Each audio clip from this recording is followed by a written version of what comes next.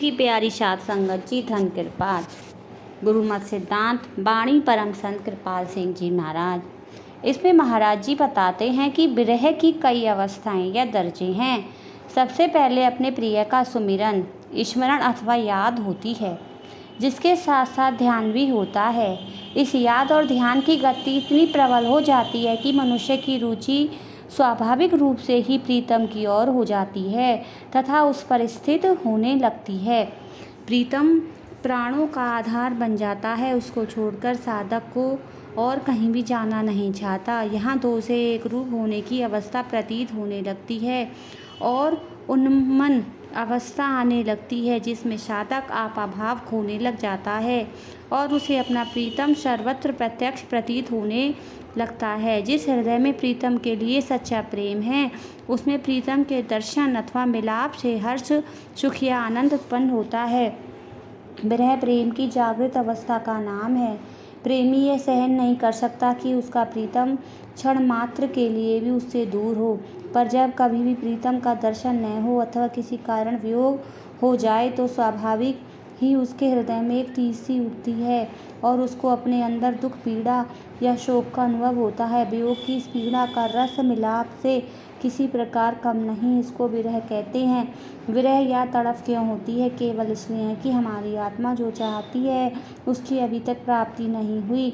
जिस प्रकार छात्र को अमृत बिंदु न मिलने पर तड़फ होती है, चकवे को चंद्र दर्शन न होने पर निराशा, माता को अपने पुत्र के विछोह से बेचैनी, स्त्री को अपने पति के वियोग में व्याकुलता और मछली को पानी के बिना शांति होती है, उसी प्रकार हमारी आत्मा भी उस मालिक के विरह में तड़फ रही है। यह विरह की तड़फ बार बार हिलोरे मारकर प्रीतम की याद को ताज़ा रखती है और हृदय बार बार उसकी याद और ध्यान के द्वारा उस ताप को शीतल करता है। इसमें सुख का अनुभव होता है। प्रीतम की प्राप्ति की पेड़ी है जिस पर चढ़कर जिज्ञासु को जाना पड़ता है। प्रीतम की प्राप्ति के लिए विरह उसी प्रकार पहले आता है जिस प्रकार फलों के वृक्षों में पहले फूल आते हैं। जहाँ फूल ना हो वहाँ फल नहीं लग सकते। ठीक इसी प्रकार प्रीतम की प्राप्ति के मार्ग में विरह की आवश्यकता है। मानो वह मालिक के आगमन का अग्रदूत है। विरह में रोम रोम वेदना और आकुलता प्रतीत होती है। मालिक को देखे बगैर हृदय में चैन नहीं आता। वह मालिक से मिले हुए साधु संतों के सम्मुख मिन्नतें करता है कि किसी प्रकार मुझे भी मालिक के दर्शन कराओ। अंदर ही अंदर चाह की तड़फ उठती है और वह प्रीतम को देखे बगैर नहीं रह सकता। मैं मेलऊँ संत मेरा हरि प्रभु सजणु, मैं मनी तनि भूख लगाइया जीऊ, हऊ रही न सकई बिनु देखे मेरे प्रीतम, में अंतरी विरह हरि लाइया छियू।